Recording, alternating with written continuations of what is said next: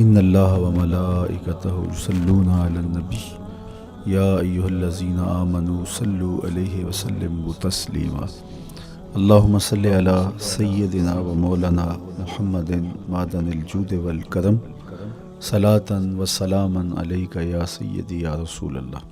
میں نے آپ کے سامنے قرآن مجید کے جو کلمات تلاوت کیے ان میں اسی حقیقت کو بیان کیا گیا۔ لا اقسم بہذا البلد، آغاز ہوا شہر مکہ کی قسم سے، قسم ہے مجھے اس شہر کی، پھر وجہ قسم بھی بیان کی، وَأَنْتَ حِلٌّ بِهَذَا الْبَلَدِ، مجھے اس شہر کی قسم اس لیے کہ محبوب اس شہر میں تو جو بستا ہے، تیرا بسیرا ہے اس شہر میں، اس شہر کی گلیوں نے تیرے قدم چومے ہیں اور تیرے انفاس کی مہک اس کی فضاؤں میں بسی ہے، اس لیے مجھے قسم کہ یہاں تم رہتے ہو۔ اللہ اکبر۔ علماء کے مابین اس بات پر اختلاف ہے کہ مکہ المکرمہ افضل ہے یا مدینہ النبی صلی اللہ علیہ وآلہ وسلم افضل ہے۔ ایک علمی اختلاف ہے، بعض نے کہا مکہ المکرمہ افضل ہے، دلائل دیے، بڑا وزن ہے دلائل میں۔ بعض نے کہا مدینہ رسول صلی اللہ علیہ وآلہ وسلم افضل ہے، دلائل دیے، بڑا زور ہے دلائل میں۔ لیکن شیخ عبدالحق محدث دہلوی علیہ رحمہ اسی آیت سے روشنی لے کر کے لکھتے ہیں کہ جب حضور مکے میں تھے تو مکہ افضل تھا، جب مدینے آ گئے تو مدینہ افضل ہو گیا۔ جدھر جدھر سے وہ گزرتے گئے مجد و شرف بھی پیچھے پیچھے رہا، چند لمحوں کے لیے ٹھہرے تھے تم جس پیڑ کے نیچے۔ نشور وحدی کا لہجہ دیکھیے کتنا دل آویز ہے، چند لمحوں کے لیے ٹھہرے تھے تم جس پیڑ کے نیچے، سنا ہے آج تک اس پیڑ کا سایہ مہکتا ہے۔ تو مکے میں ہیں تو مکہ افضل، مدینے میں ہیں تو مدینہ افضل۔ تو شرف ان کے وجود مسعود سے ہے، وہ جدھر جدھر سے گزرتے جائیں گے وہاں وہاں ہی نور پھیلتا چلا جائے گا۔ اور پیر نصیر الدین علیہ رحمہ کا لہجہ یہاں کتنا خوبصورت دکھائی دیتا ہے۔ ایک بار وہ جدھر سے گزرے ہیں نصیر، ایک بار وہ جدھر سے گزرے ہیں نصیر، بار بار ادھر سے بہار گزری ہے۔ تو کہا کہ قسم ہے مجھے اس شہر کی، یعنی شہر مکہ کی۔ کیوں اس شہر کی قسم؟ وَأَنْتَ حِلٌّ بِهَذَا الْبَلَدِ، کہ محبوب اس شہر میں تمہارا قیام ہے، اس شہر میں تمہاری رہائش ہے، تمہارے انفاس کی مہک ہے اس شہر کی فضاؤں میں، اور تمہارے قدموں کو چھوا ہے اس شہر کی گلیوں نے، اس لیے قسم کہ یہاں آپ رہتے ہو۔ وَوَالِدٍ وَمَا وَلَدَ، اور قسم ہے باپ کی، اور قسم ہے جو اس کی اولاد ہے۔ والد سے مراد کیا ہے اور ما ولد سے مراد کیا ہے؟ تو اس کے بارے میں ایک قول یہ ہے کہ والد سے مراد حضرت ابراہیم علیہ السلام ہے، اور ما ولد سے مراد حضور علیہ السلام جو ان کے فرزند ہیں۔ ایک قول کہ والد سے مراد حضرت آدم علیہ السلام ہیں، اور ما ولد سے مراد ان کی ساری ذریت اور نسل ہے۔ تیسرا قول کہ والد سے مراد حضور علیہ السلام ہیں، اور ما ولد سے مراد حضور علیہ السلام کی ساری امت، حضور علیہ السلام کی ساری آل اطرت، حضور کے اصحاب۔ لیکن علماء نے پہلے قول کو ترجیح دی کہ مکہ المکرمہ کی قسم کی گئی تو پھر مناسبت بنتی ہے کہ حضرت ابراہیم کا ذکر بھی ہو، تو اس لیے والد سے مراد حضرت ابراہیم ہیں، اور ما ولد سے مراد حضور علیہ السلام کی ذات ستودہ صفات ہے۔ تو تین چیزیں ہوئیں جن کی قسم کی گئی۔ سب سے پہلے شہر مکہ کی قسم کی گئی، پھر حضرت ابراہیم علیہ السلام کی قسم کی گئی، اس کے بعد حضور علیہ السلام کے مبارک وجود کی قسم کی گئی۔ تین قسمیں کر کے کہا کیا گیا، چونکہ جو خالی ذہن شخص ہو، جب اس کو کوئی بات بیان کی جائے تو قسم سے آغاز نہیں کیا جاتا۔ متردد الذہن کو کوئی بات کرنی ہو تو قسم سے آغاز کیا جاتا ہے، یا پھر آپ جس مضمون کو بیان کرنے جا رہے ہیں وہ اتنا اہم ہے کہ اس کی اہمیت کو اجاگر کرنے کے لیے آپ کو قسم کرنا پڑتی ہے۔ تو یہ جو ماں بعد کا مضمون ہے جس کو میرے رب نے بیان کیا، اس سے قبل ایک نہیں، دو نہیں، تین قسمیں کی، تو پھر کان تو کھڑے ہو گئے، سماعتیں تو بچھ گئیں کہ وہ کون سی شے ہے جس کو بیان کرنا مقصود ہے، اور اس سے قبل قسم پہ قسم کی جا رہی ہے۔ قسم محبوب شہر مکہ کی، قسم محبوب تیرے والد بزرگوار حضرت ابراہیم علیہ السلام کی، اور قسم تیرے پاکیزہ وجود کی۔ اب انسان بالکل سماعتیں بچھا کے منتظر ہے کہ قسم کی کس بات کی جا رہی ہے، کس بات پہ قسمیں ہو رہی ہیں۔ تو جواب آیا، قسم محبوب شہر مکہ کی جس میں آپ رہتے ہو، قسم آپ کے والد بزرگوار حضرت ابراہیم علیہ السلام کی، اور قسم آپ کے پاکیزہ وجود کی۔ لقد خلقنا الانسان فی کبد، ہم نے انسان کو مشقتوں میں رہتا پیدا کیا ہے۔ یعنی انسان کی زندگی کے اندر مشقتیں، مشکلیں، آلام، مصائب، حالات کی تلخیاں، سخت مراحل، یہ اس کی زندگی کا حصہ ہے، اور ہم نے اس کو ڈیزائن اس طرح کیا ہے کہ یہ ان ساری مشکلات سے نہ بردآزما ہوگا، اور حالات کی تلخیوں کا مقابلہ کرے گا، اور خیر و شر کے ساتھ ساری زندگی اس کا تعلق رہے گا۔ تو یہ اگر سخت جان ہوا تو زندگی میں کامیاب اور بامراد ہوا، اور اگر یہ کمزور ہوا تو پیچھے رہ جائے گا۔ اور اس کے لیے جو قسمیں کی ہیں وہ تین ہیں۔ قسم کا اور جواب قسم کا تعلق ہوتا ہے، یعنی جس پہ قسم کی جا رہی ہے تو جو قسم کی جا رہی ہے اس کا کوئی آپس میں تعلق ہوگا۔ جب پھولوں کا ذکر کریں گے تو پھر اس کے متعلقات ہی بعد میں بیان کریں گے۔ کسی نے کہا تھا جنگل میں کوئی مے خار مرا ہے، جنگل میں کوئی مے خار مرا ہے، اسے انگور کے پتوں کا کفن دو۔ میاں جنگل میں مرنے والے شخص کو کسی اور درخت کے پتوں کا بھی تو کفن دیا جا سکتا ہے، لیکن صاحب مرنے والا مے خار ہے، اور شراب کشید کی جاتی ہے انگور سے، تو اس کو تو ٹھنڈ تب بھی پڑے گی کہ انگور کے پتوں کا کفن دیا جائے، تو مناسبات ہوتی ہیں۔ تو اب جب قسم کی گئی تو قسم تین چیزوں کی گئی، اور اس کی جواب قسم سے مناسبت کیا بنتی تھی؟ انسان کو مشقتوں میں رہتا پیدا کیا گیا، حالات کی تلخیوں سے گزرتا ہے، سخت تربیتی مراحل سے اس کو گزرنا پڑتا ہے۔ تو اس چیز کو بیان کرنے سے قبل تین قسمیں کی گئی۔ پہلی قسم میرے حضور کے پاکیزہ شہر کی، مکہ المکرمہ کی، اس لیے کہ مکہ المکرمہ میں دیکھ لیجئے کہ صحابہ اور حضور کے ماننے والوں نے کیسے تلخ زندگی کاٹی۔ شجر اسلام ثمر بار ہوا تو ہمیں تو یہ کھلے ہوئے پھول دکھائی دیتے ہیں، لیکن ہم نہیں بھول سکتے کہ بلال حبشی کی پیٹھ پہ کیسے کوڑے برسے اور احد احد کیسے پکارتے رہے۔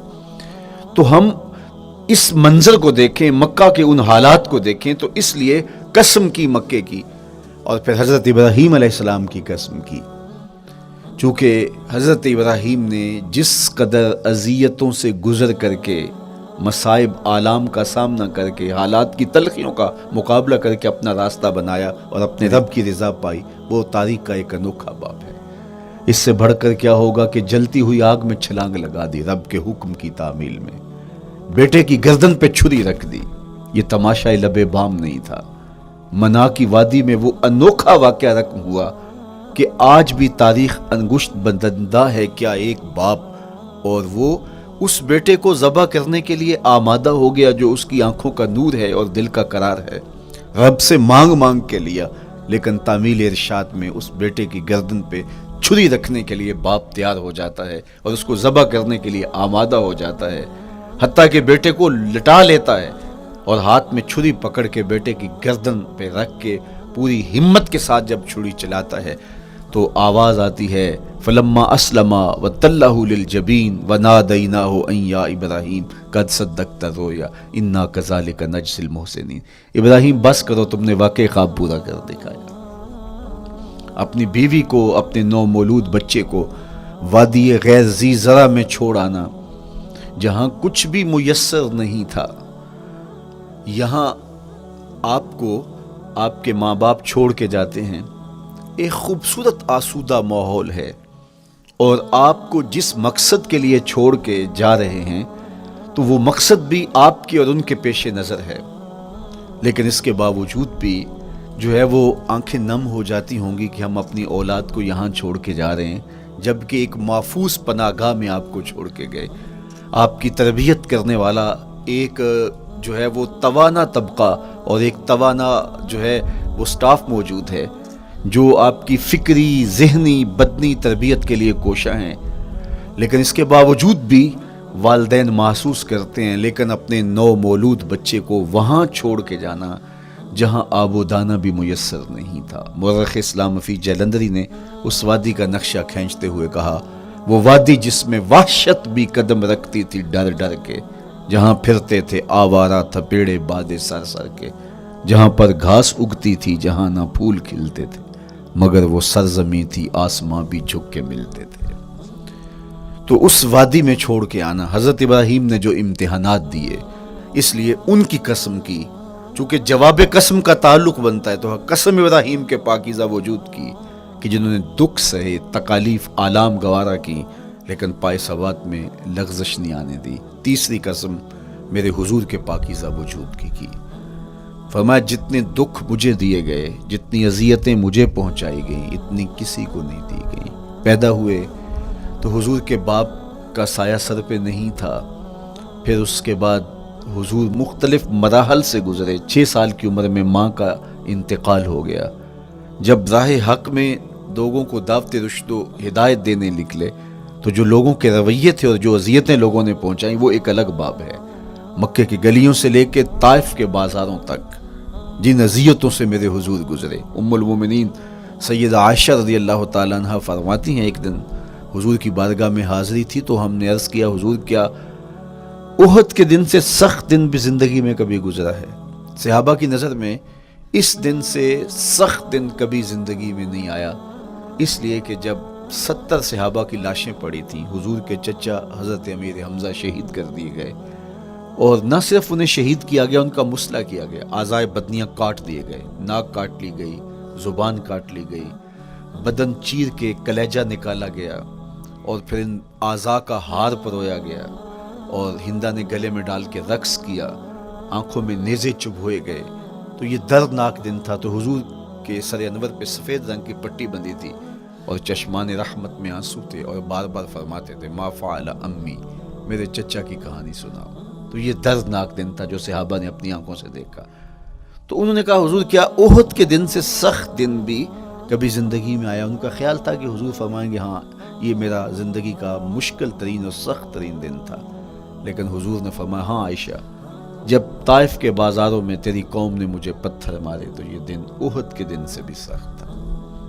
حضور ان کے 3 سرداروں کے پاس پیغام حق لے کے گئے، لیکن انہوں نے آگے سے جو رویہ اختیار کیا وہ اتنا اذیت ناک تھا۔ حضور نے فرمایا کہ ٹھیک ہے، میں تمہاری خیر خواہی کا جذبہ لے کے تمہارے تک پہنچا ہوں، تم نے میری دعوت کو قبول نہیں کیا، تمہاری مرضی، تمہارا مقصوم، چلو اب یہ بات میرے اور تمہارے درمیان رہنی چاہیے، اس بات کو راز رہنا چاہیے، اہل مکہ تک یہ بات نہ پہنچے۔ انہوں نے کہا، ہم کیوں راز رکھیں؟ بلکہ اوباشوں کے ہاتھ میں پتھر دے دیے، اور حضور جب واپس ہونے لگے تو وہ حضور کے پاؤں پہ سنگزنی کرتے، حضور اپنا ایک پاؤں اٹھاتے تو دوسرے پاؤں پہ مارتے، شدت درد اور احساس کرب سے حضور بیٹھ جاتے تو ان کے غنڈے دائیں بائیں سے بڑھتے اور کندھوں سے پکڑ کے حضور کو اٹھاتے اور مشق سنگزنی کرتے۔ نالین خون سے بھر گئے، لخت لخت زخمی ہوا۔ اللہ اکبر، کیا دردناک لمحے تھے، کیا تکلیف بری گھڑیاں تھی۔ تو کہا کہ جب طائف کے بازاروں میں تیری قوم نے مجھے پتھر مارے تو یہ دن احد کے دن سے بھی سخت تھا۔ اچھا، جب حضور پر اس طرح آلام و مصائب ٹوٹ پڑے تو حضور کے ساتھ جو صحابہ تھے انہوں نے کہا، حضور ان کے لیے بد دعا کر دیجئے۔ تو میرے حضور بولے، میں رحمت بن کے آیا، میں رحمت بن کے آیا ہوں۔ اللہ اکبر، ان کا تقاضا پہم بڑا تو حضور کے ہاتھ اٹھ گئے، اور پھر حضور نے جو کہا سنیے، اللہم اہد قومی فإنہم لا یعقلون، اے اللہ میری قوم کو ہدایت دے دے، یہ مجھے جانتے نہیں، اگر جانتے تو ان کا میرے ساتھ یہ رویہ نہ ہوتا۔ تو پتھروں کے جواب میں دعائیں دینا پیغمبروں کا حوصلہ ہوتا ہے۔ اللہ اکبر، مورخ اسلام فی جلندری نے کیا خوبصورت پیرائے میں نقشہ کھینچا کہ حضور ہاتھ اٹھا کے دعا مانگ رہے ہیں، الہی کرم کر، کو سارے طائف کے مکینوں پر، الہی پھول برسا ان پتھروں والی زمینوں پر۔ تو حضور نے دکھ سہے، تکلیفیں سہی، اب 3 قسمیں کی۔ شہر مکہ کی قسم، جہاں حضور کے صحابہ نے تکلیفیں سہی، اس شہر کی گلیوں میں انہیں گھسیٹا گیا اور ان کو کچی کھالوں میں لپیٹ کے دھونیاں دی گئی، انہیں اذیت ناک مراحل سے گزارا گیا۔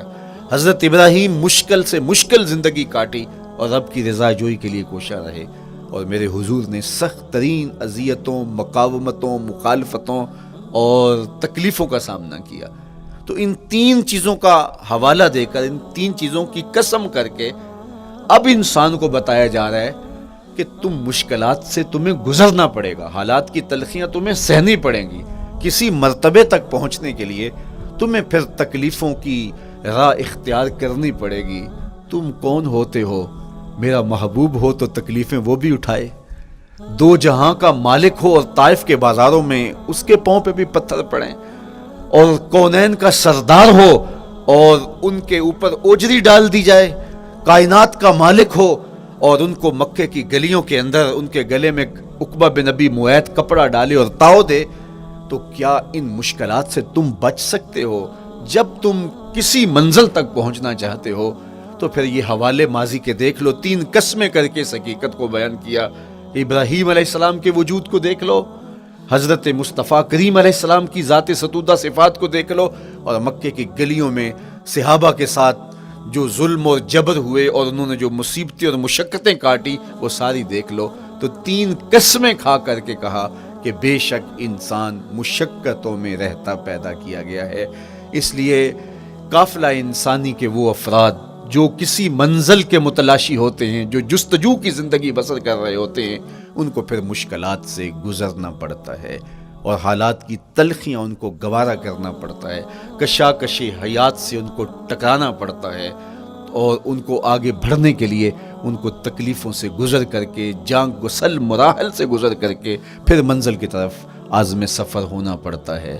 کیا میں نے اس خاکدان سے کنارہ، جہاں رزق کا نام ہے آب و دانہ، پلٹنا جھپٹنا جھپٹ کر پلٹنا، لہو گرم رکھنے کا ہے ایک بہانہ، پرندوں کی دنیا کا درویش ہوں میں کہ شاہی بناتا نہیں آشیان۔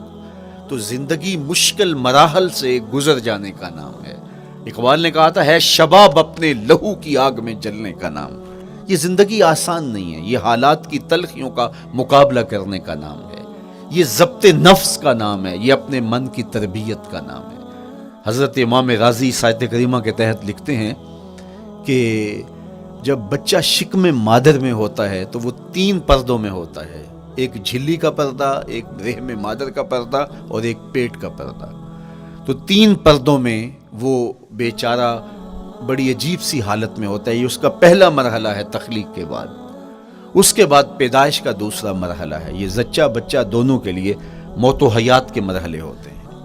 اس کے بعد وہ پیدا ہوا، اس دنیا پہ آیا، تو اس کی مشکل کیا ہے؟ زبان ہے، بولنا نہیں جانتا، دیکھتا ہے پہچان نہیں سکتا، سنتا ہے سمجھ نہیں سکتا، ہاتھ ہیں پکڑ نہیں سکتا، ٹانگیں ہیں چل نہیں سکتا۔ کتنی مشکل بن گئی، یہ سب کچھ چیزیں ہونے کے باوجود بھی وہ بے بس دکھائی دیتا ہے، اس کو دودھ مانگنے کے لیے بھی رونا پڑتا ہے۔ تو یہ ایک مرحلہ تھا۔ پھر آہستہ آہستہ اس نے بولنا سیکھا، ایک ایک حرف کر کے، لفظ لفظ جوڑ کے وہ جملے مکمل کرتا رہا۔ آج تو زبان کا طوطی بولتا ہے، آج تو بات کریں تو جو ہے وہ ماحول تھم جاتا ہے، لیکن انسان ذرا پلٹ کے آغوش مادر میں تیری ماں نے ایک ایک حرف تجھے سکھایا تھا، ایک ایک لفظ تجھے سکھایا تھا، لفظ لفظ کر کے، حرف حرف کر کے جملے بنے، اور آج تیری گفتار کی شوخی کے تذکرے زمانے میں ہیں، تو پھر تجھے بولنا سکھایا۔ تو چل نہیں سکتا تھا، آج تیری جو ہے وہ جولانیاں دیکھنے والی ہیں، تیری رفتار کو کوئی چھو نہیں سکتا ہے، تیری آنکھوں کی بجلیاں آج عقابوں سے بڑھ کر ہیں، آج تیرے کانوں کے اندر نغموں کا جہاں آباد ہے، آج تیرے ہاتھوں کی گرفت کہ آگے شیر غراں بھی ہو تو وہ بھی بے بس ہو جاتا ہے، لیکن دیکھ تو کتنا مجبور تھا۔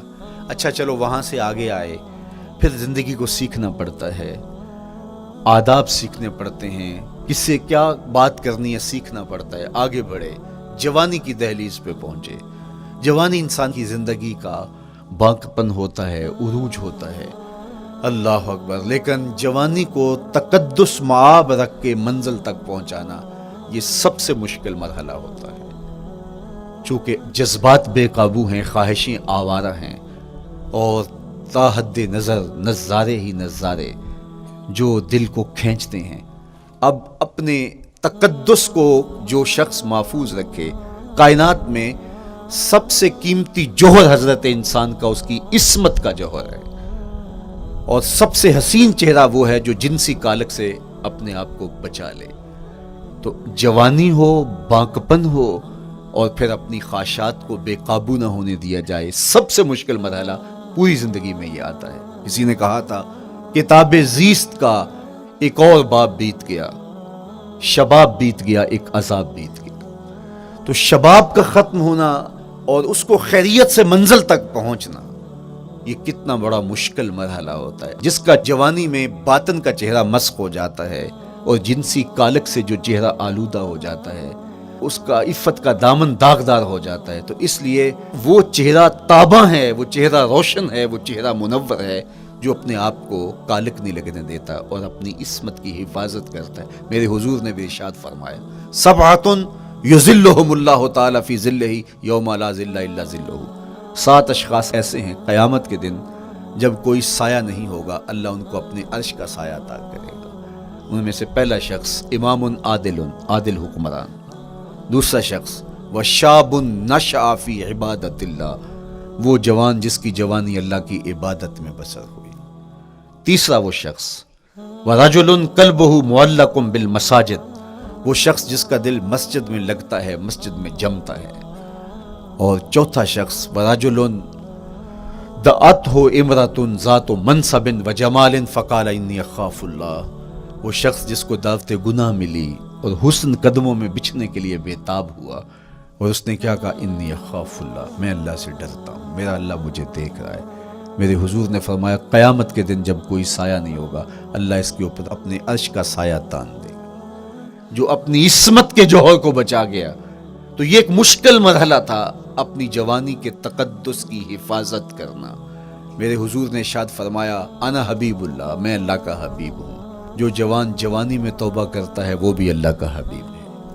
کتنا بڑا اعزاز ہے اور کتنا بڑا کمال ہے جو شخص کو ملتا ہے جو جوانی میں اپنی عصمت کے تقدس کی حفاظت کرتا ہے، اپنی آبرو پہ پہرا دیتا ہے، اپنی نظروں کی حفاظت کرتا ہے، اپنی سوچوں کو آوارہ نہیں ہونے دیتا، اپنے خیالوں کو بھٹکنے نہیں دیتا، اپنی خواہشات کو بے قابو نہیں ہونے دیتا.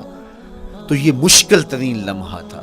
اس کے بعد امام راضی کہتے ہیں اب شادی کا مرحلہ ہوا تو پہلے خود اپنی ذمہ داری تھی، اب کسی کا بوجھ بھی اٹھانا پڑا، یہ اگلی مشکل آ پڑی.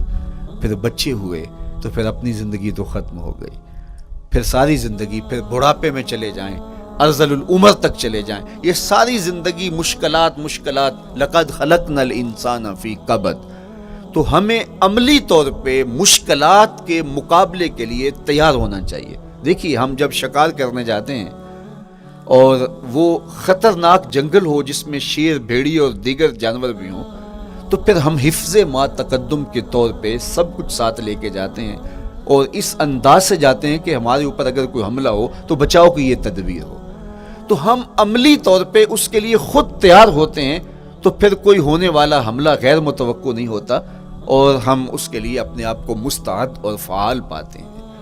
اسی طرح میں اور آپ اگر زندگی کے اس فلسفے سے آگاہ نہیں ہوں گے کہ زندگی مشکلات کا مجموعہ ہے، حالات کی تلخیاں ساری زندگی ہمارے ساتھ رہیں گی، تو کوئی بھی تکلیف، کوئی بھی اذیت، کوئی بھی ایسا واقعہ جو ہم نہیں چاہ رہے ہوں گے وہ روح پذیر ہوگا تو ہم گھبرا جائیں گے اور پھر اس وقت ہم دکھی ہو جائیں گے. اس لیے ہمیں یہ قرآن نے سکھایا ہے کہ تم عملی طور پہ زندگی کی سختیوں کا مقابلہ کرنے کے لیے آمادہ اور تیار ہو جاؤ.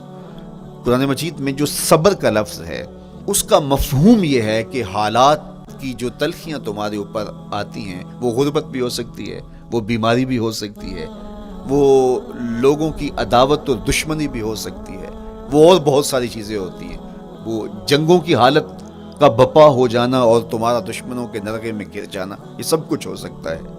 تو اس کے اوپر استقامت کے ساتھ تم کھڑے رہو اور تم ان کو برداشت کرنے کی اپنے اندر ہمت اور حوصلہ رکھو تو پھر وہ تمہارا صبر ہوگا، اور یہ قوت اگر تمہارے اندر پیدا ہو جاتی ہے تو پھر تمہاری زندگی آسان اور سوکھی ہو جاتی ہے۔ لیکن اگر یہ دولت تمہیں نصیب نہیں ہوتی تو پھر ساری زندگی دکھوں اور شکووں سے بھری رہتی ہے۔ اس لیے ہمیں یہ چیز سیکھ لینی چاہیے کہ زندگی نام ہی مشکلات سے نبرد آزما رہنے کا ہے۔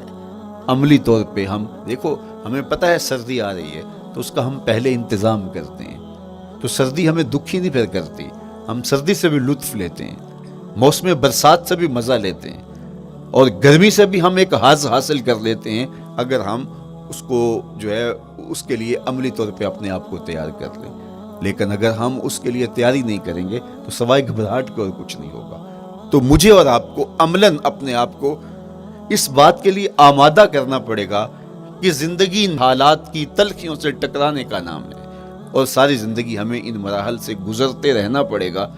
اور قرآن نے جو ہے وہ 3 قسمیں کر کے، اور 3 قسمیں بھی شہر مکہ کی اور محبوب کریم کے پاکیزہ وجود اور جناب ابراہیم علیہ السلام کی، تاکہ تمہیں پتہ چلے جب ان کو بھی ان مراحل سے گزرنا پڑا میں اور آپ کیا بیچتے ہیں۔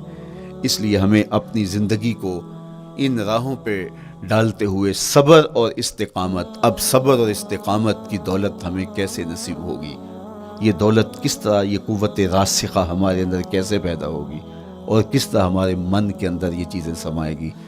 اللہ تعالیٰ کی خشیت، اس پر توکل، اس پر بھروسہ، اور اللہ تعالیٰ جل شانہ کی طرف سے ہر کام کے ہونے کا یقین ہمارے اندر یہ استقامت اور یہ حوصلہ پیدا کرتی ہے یہ چیز۔ اس لیے مجھے اور آپ کو اپنی پوری زندگی میں اس عمل سے گزر کر کے اپنے آپ کو مضبوط ترین صورتحال میں لا کے کھڑا کرنا پڑے گا، اور یہی زندگی کا جمال ہے۔ تو اب پھر دیکھیے قرآن کیا کہہ رہا ہے، لا اقسم بہذا البلد وانت حل بہذا البلد ووالد وما ولد، 3 قسمیں کی۔ اس کے بعد ارشاد فرمایا لقد خلقنا الانسان فی کبد، ہم نے انسان کو مشکلوں میں، مصائب میں، آلام میں رہتا ہوا پیدا کیا۔ کہتے ہیں جب حضرت انسان کی تخلیق ہوئی تو اس کا خمیر جب گویا جا رہا تھا تو اس کے اوپر 39 دن تک آزمائشوں کی، دکھوں کی، تکلیفوں کی بارش ہوئی، اور 1 دن خوشیوں اور مسرتوں کا می برسا۔ تو انسان کی زندگی کے اندر حالات سے ٹکرانا اور دکھوں کو سہنا اور دکھوں سے مقابلہ کرنا یہ سیکھنا پڑے گا، اور جب انسان اس کو عملی طور پر سیکھ جائے گا تو پھر زندگی کا جمال اور زندگی کا حسن نصیب ہوگا۔ دوسری بات، ہمیں اپنی زندگی میں 7 چیزوں کو اپنا اصول بنا لینا چاہیے، اور یہ 7 چیزیں وہ ہیں جو ہماری زندگی کو ایک خوبصورت سانچے میں ڈھال کر کے ہمیں ایک پاکیزہ اور ستھرا انسان بنا دیتی ہے۔ پہلی چیز، التمسک بکتاب اللہ، اللہ کی کتاب سے جڑ جانا، وابستہ ہو جانا۔ جب ہم کتاب اللہ سے وابستہ ہو جائیں تو پھر ہمارے باطن کی اور نفس کی تربیت ہوتی ہے، اور پھر ہم وہ مطلوب انسان بنتے ہیں جو ہمارا رب ہم سے تقاضا کرتا ہے۔ تو اس لیے ہمیں اپنی زندگی میں اس چیز کو لازم کر لینا چاہیے کہ ہمارا کوئی بھی دن قرآن مجید کی تلاوت کے بغیر نہ گزرے۔ اپنے دن کا آغاز قرآن مجید کی تلاوت سے کیجیے۔ سورہ یاسین سے جو اپنے دن کا آغاز کرتا ہے سارا دن اللہ کی امان میں رہتا ہے، اس کی حفاظت میں رہتا ہے۔ اور اپنی شب کا آغاز سونے سے پہلے سورہ الملک کی تلاوت کریں، آپ ساری شب اللہ کی امان میں، اس کی حفاظت میں رہیں گے۔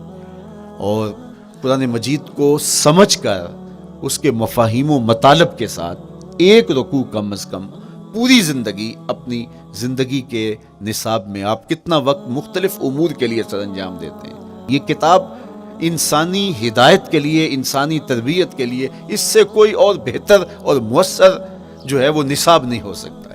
انسان سازی کا بہترین ذریعہ ہے یہ کتاب، اور اس کتاب کے ذریعے سے جو ہے وہ انسان پستیوں سے اٹھ کے بلندیوں تک جا پہنچتا ہے۔ اقبال نے تو کہا کہ گر تمی خواہی مسلمان زیستن، نیست ممکن جز بقرآن زیستن، اگر تو مسلمان بن کے جینا چاہتا ہے تو قرآن کے بغیر 1 قدم بھی نہیں چل سکتا۔ تو آگے چل کے اسی نظم میں کہا کہ فاش می گوئم آنکھ در دل مزمرست ای کتابیں نیز چیزیں دیگرست. اگر میں کھل کے بیان کر دوں جو میرے سینے میں چھپا ہے تو میں تجھے بتا دوں کھل کے یہ کتاب نہیں، یہ کوئی اور ہی شے ہے. کن لوگوں کو کہاں سے اٹھایا اور یہ کتاب کہاں تک لے گئی، جو باہمی جنگ و جدل میں الجھے ہوئے تھے اور حرف شناس بھی نہیں تھے، جو سواد آشنا بھی نہیں تھے. پھر انہوں نے جو ہے وہ روما کی سلطنت بھی الٹ کے رکھ دی. یہ کرشمہ تھا اس کتاب کا جس نے زندگی کا جمال ان کی روحوں کے اندر پیدا کر دیا. تو میں اور آپ اپنی زندگی میں قرآن مجید سے کبھی بھی دور نہ ہوں. روزانہ کی بنیاد پہ آپ تلاوت کلام مجید اپنی زندگی میں شامل رکھیں. انشاءاللہ اس کے اجالے دنیا میں اور آخرت میں آپ اپنی آنکھوں سے مشاہدہ کریں گے. حضرت امام احمد بن حنبل فرماتے ہیں میں نے رب سے کہا کہ مجھے اپنا قرب عطا کر. آواز آئی میرا قرب چاہتے ہو تو قرآن پڑھا کرو.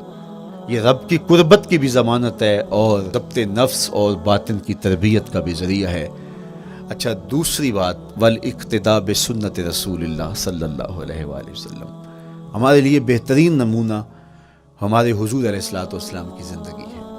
حضور کے دیا ہوا نظام حیات ہے جس پر حضور نے خود عمل کر کے دکھایا. میرا عشق رسول، میری محبت رسول اس بات کا تقاضا کرتی ہے کہ میں ان کے طریقہ حیات کے مطابق اپنی زندگی گزاروں. اسلام دعوے کی بات نہیں کرتا، دلیل ہم سے مانگتا ہے. آج میں کہتا ہوں میں عاشق رسول ہوں اور اتنا بڑا عاشق رسول ہوں کہ میرے جیسا زمانے میں دوسرا کوئی نہیں. میرے جذبات ایسے دکھائی دیتے ہیں آسمان کو چیر دوں گا اور زمین کو پھاڑ دوں گا، لیکن ہمسایوں کے ساتھ میرا سلوک بتاتا ہے کہ میں عاشق رسول نہیں ہوں. دوستوں کے ساتھ میرا رویہ بتاتا ہے کہ میں عاشق رسول نہیں ہوں. میں کسی سے وعدہ کرتا ہوں اور پھر اس پہ پورا نہیں اتر پاتا. تو صاحب پھر آپ عاشق رسول نہیں ہیں، آپ کچھ اور ہیں. عشق رسول تو یہ ہے کہ میرے محبوب علیہ السلام نے کسی سے عہد کیا ہے کہ تمہارے آنے تک میں یہاں کھڑا ہوں، اور وہ جا کے بھول جاتا ہے اور میرے حضور 3 دن وہاں منتظر رہتے ہیں. وہ اچانک گزرا اور دیکھا تو حضور علیہ الصلوۃ والسلام کھڑے ہیں تو خود پریشان ہوا. صرف اتنی بات اسے کہی، صاحب تو نے مجھے مشکل میں ڈال دیا، تو نے مجھے مشقت میں ڈال دیا. عہد کیا ہے تو پھر اس کی پاسداری نبھا کے دکھائی. اللہ اکبر. میں اگر حضور سے محبت کرنے والا ہوں تو میرا رویہ بتائے کہ میں عاشق رسول ہوں. میری زبان پہ جھوٹ نہیں بول سکتی. آپ سے پوچھا گیا کہ مومن بزدلی کر سکتا ہے؟ کہا نہیں، بہادر ہوتا ہے.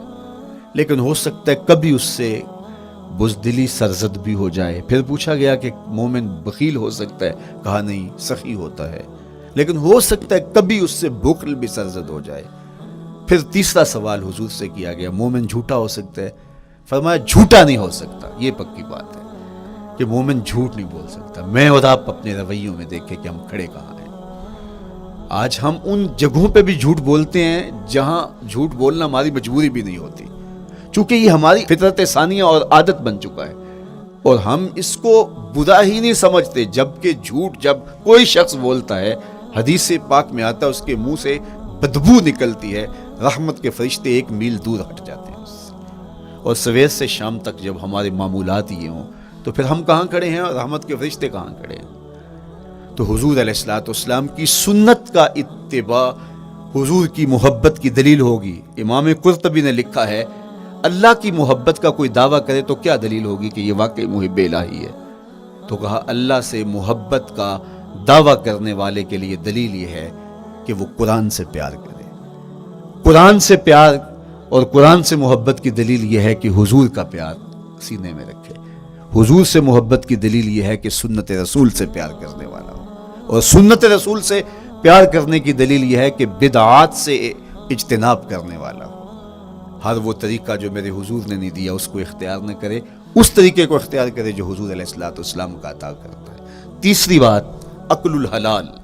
یہ وہ بنیادی اصول ہیں جو ہماری زندگیوں میں اتر جانے چاہیے اور ہم ایک صالح اور خوبصورت انسان بن کے اس معاشرے کا حصہ بن سکتے ہیں. عقل حلال زندگی میں شامل ہو تو زندگی کو جمال نصیب ہوتا ہے اور باطن اور ظاہر کو طمانینت نصیب ہوتی ہے. اگر رزق پاک نہیں ہے تو آپ کعبے بھی جائیں تو وہاں بھی آپ محروم پلٹیں گے.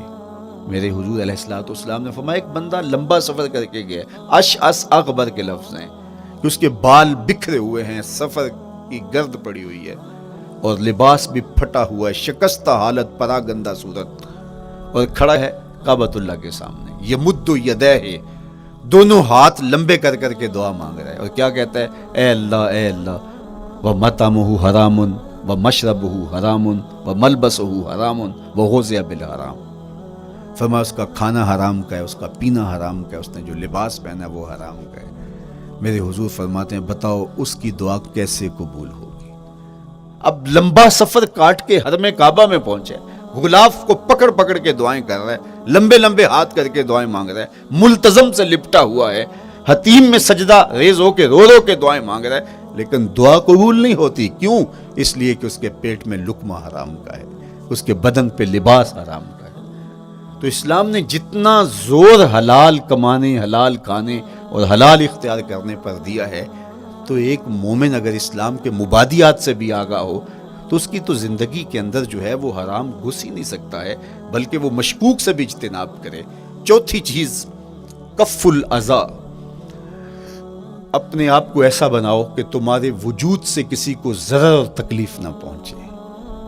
ہمارا اسلام تو ہمیں یہ بتاتا ہے کہ تم پیاز یا لہسن کھا کے مسجد میں نہ جاؤ کہ تمہارے منہ سے جو سمیل آتی ہے اس سے کسی کو تکلیف نہ پہنچے۔ تو یہ اسلام کی دی ہوئی تعلیمات ہیں کہ مسجد میں بھی جانا ہے تو اپنے آپ کو دیکھو کہ تمہاری حالت کیا ہے، تمہاری وجہ سے کسی کو تکلیف نہ پہنچے، تمہارے رویے اتنے خوبصورت ہوں، تمہارے ہمسائے بتائیں کہ یہ واقعی مسلمان ہے۔ مسلمان کی تعریف کی گئی، المسلم من سلم المسلمون من لسانہ و یدہ، مسلمان کون ہے؟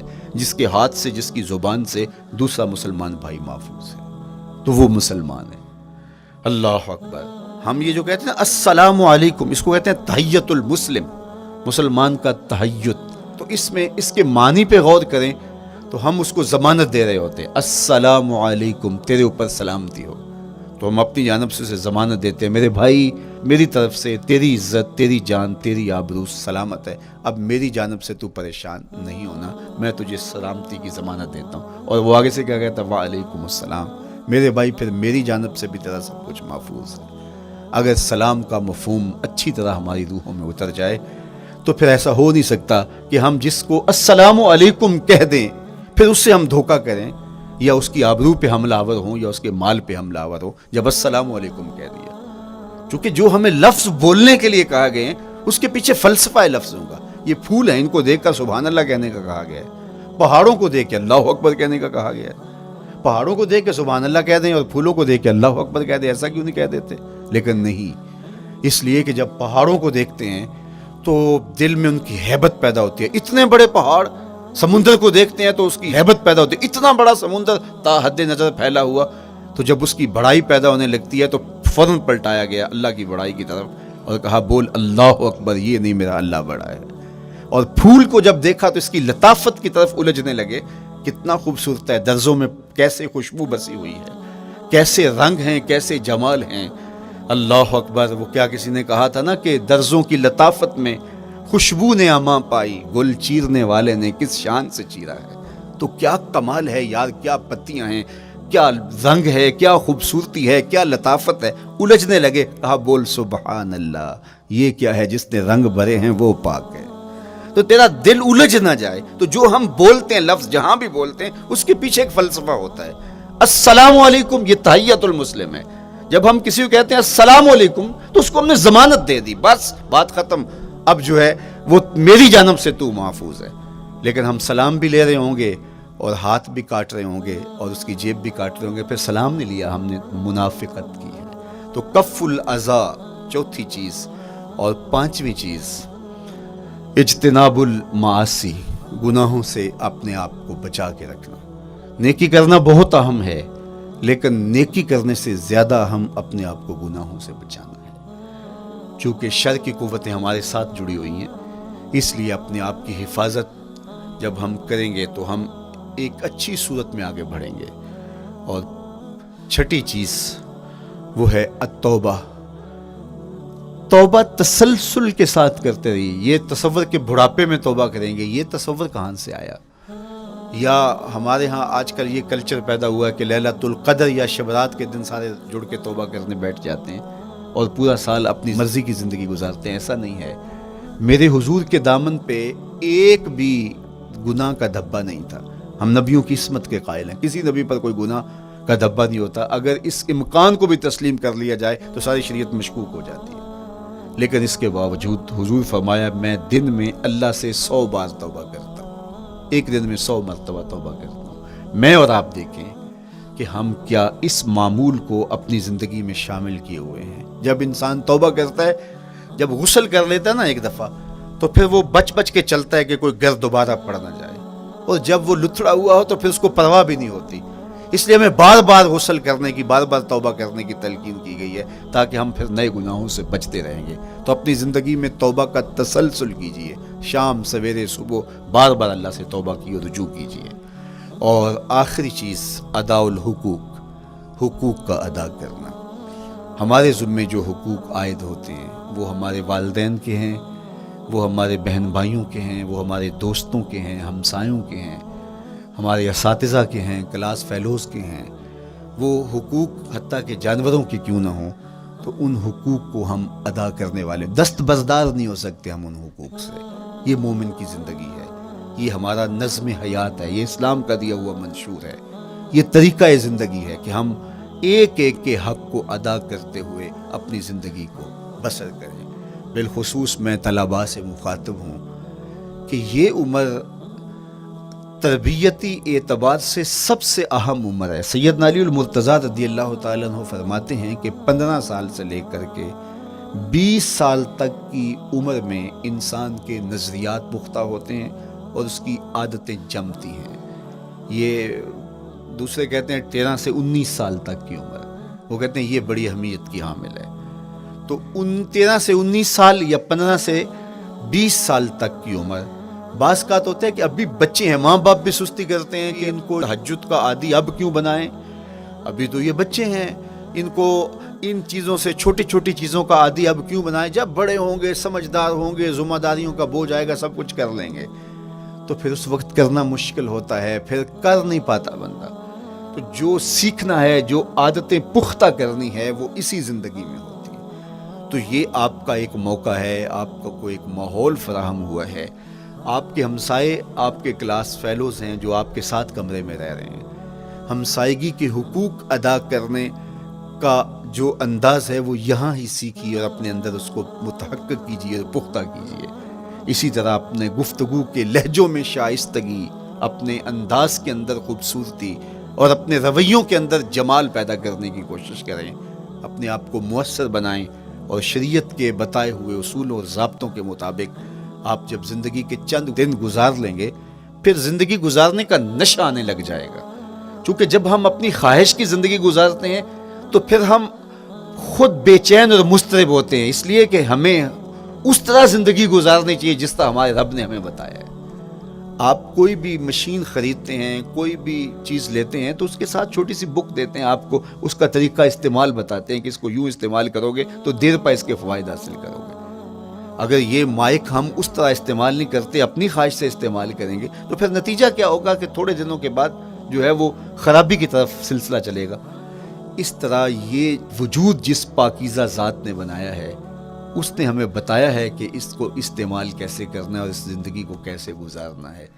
اور پھر انسان کو ایک ماڈل اور نمونہ بھی چاہیے, تو کہا نمونہ دیکھنا ہے تو محمد عربی کی ذات دیکھ لو. ادھر دیکھتے جاؤ اور زندگی گزارتے جاؤ, دیکھنا تمہاری زندگی کتنی خوبصورت اور کتنی پروقار گزرتی ہے. اللہ آپ کو دنیا آخرت کی برکتیں دے, اپنی پناہوں اور اپنی امان اور اپنی حفاظتوں کا حصار دے, اور آنے والا کل اللہ بہتر فرمائے, میرے وطن کی خیر کرے, میرے ملک کو امن کے اجالے دے, یہاں دہشت گردی کے سلگتے الاؤ ٹھنڈے کر کے امن کی بہاریں پیدا کر دے. کی محمد سے وفا تو نے تو ہم تیرے ہیں, یہ جہاں چیز ہے کیا لوح و قلم تیرے ہیں. وآخر دعوانا ان الحمدللہ.